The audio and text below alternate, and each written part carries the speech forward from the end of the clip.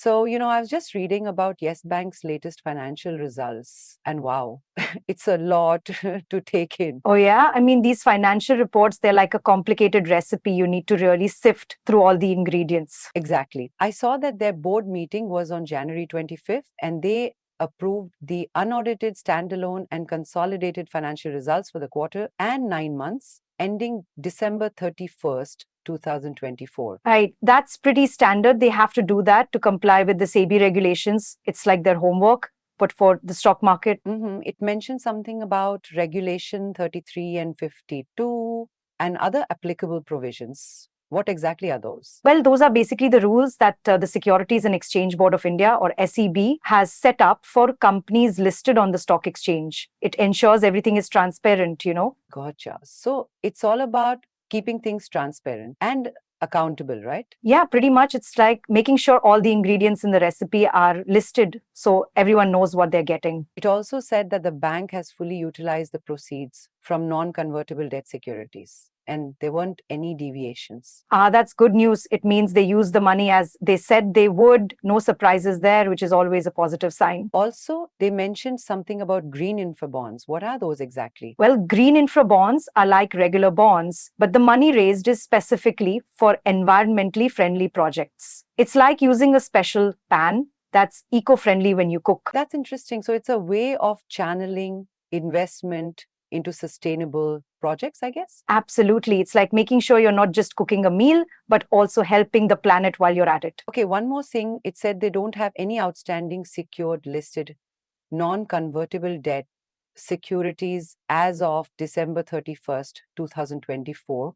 What does that mean? That simply means that they've paid off all their secured debts that are listed. It's like completing a payment plan. Okay, so moving on, the auditors also did a limited review of the results. What's the difference between a limited review and a full audit? A limited review is like a quick checkup. They go through the main points, but not as detailed as a full audit. A full audit, on the other hand, is like a full medical exam where everything is scrutinized, but this is just a checkup. Okay, that makes sense. It also mentioned that they followed the Accounting Standard 25, the Banking Regulation Acts, and RBI guidelines. Is that pretty standard? Yeah, those are the key rules that banks have to follow in India for reporting. It's like having the right set of measurements for our recipe so everyone understands the outcome. It seems like they're adhering to all the required protocols. So that's good, right? Yeah, it's like following the recipe properly. It minimizes the chance of a cooking disaster. Well, a financial one in this case. The auditors also said there's nothing that makes them think the statement wasn't prepared properly. Well, that's a relief, right?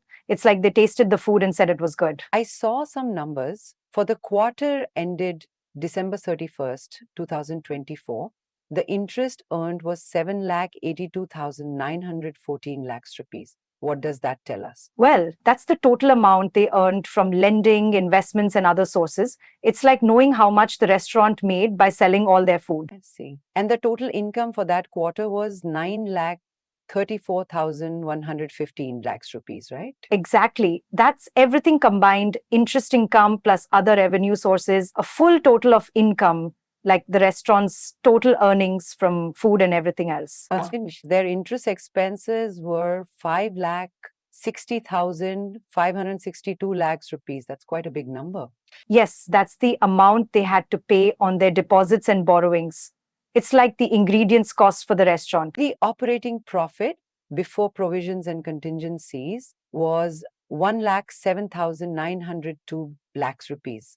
That sounds positive, right? Yes, it's like the gross profit for the restaurant before things like taxes and other unexpected costs. And the net profit after tax was 61,227 lakhs rupees. How should we interpret that? That's what they have left after all expenses and taxes are paid, the real profit of the restaurant, what they put in their pocket at the end of the day. It's interesting how they break down the financial numbers like that. I mean, it helps understand the bank's performance. Right. It's like breaking down a meal into its different components. So you know where each part of the cost comes from. It also mentioned something about the capital adequacy ratio at 15.2%.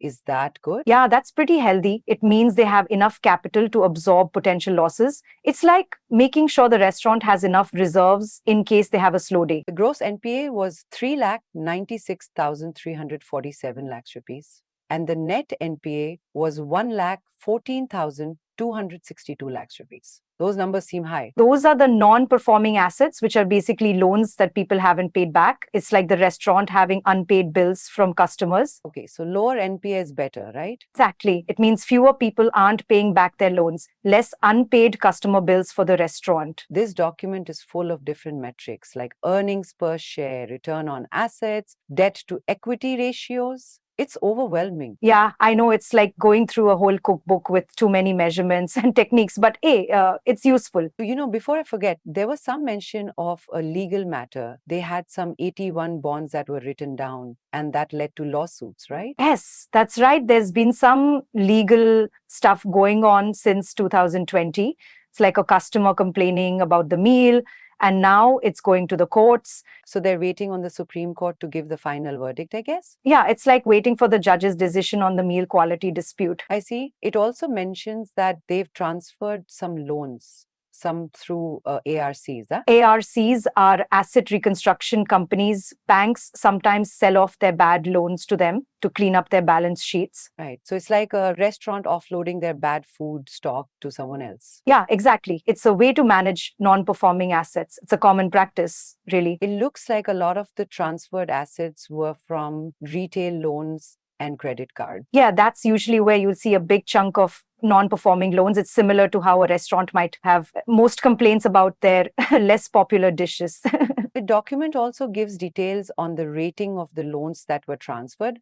That's useful for understanding the quality of those loans. Absolutely. It's like having a quality control check for each ingredient. So, you're not using any bad stuff. So basically, this entire document shows how the bank is performing and how they're managing their assets and liabilities, right? Yeah, it's like a full health report for the restaurant, showing everything from their profit to the number of unpaid customer bills. This was pretty comprehensive. I mean, thanks for breaking it all down for me. No problem. It's like going through a complicated recipe together. It's always easier with a friend, right? Well, that was a lot of financial information. I guess now we have to understand how it affects, the investors. Exactly. Disclaimer, we advise investors to check with certified experts before taking any investment decisions. It's like if you're considering investing, consult an expert before trying out new dishes. Absolutely. It's always better to check with a professional, just like you'd consult a chef before trying to recreate a complicated meal. Right. And hey, if you're enjoying our chats and finding this information helpful, do like, share, and subscribe to our YouTube channel. Oh, absolutely. And we'll be back with more insights on financial markets and other fascinating topics, I guess. Definitely. There's always more to explore in the world of finance, like new restaurants and new recipes to discover. Yeah. So what do you think? Will Yes Bank keep improving? Well, that's the million-dollar question, isn't it? It's like trying to predict if a restaurant will become a Michelin star. It's always uncertain, but very interesting. For sure. But this deep dive was really useful. I'm glad it was helpful. It's all about understanding the ingredients to see the big picture.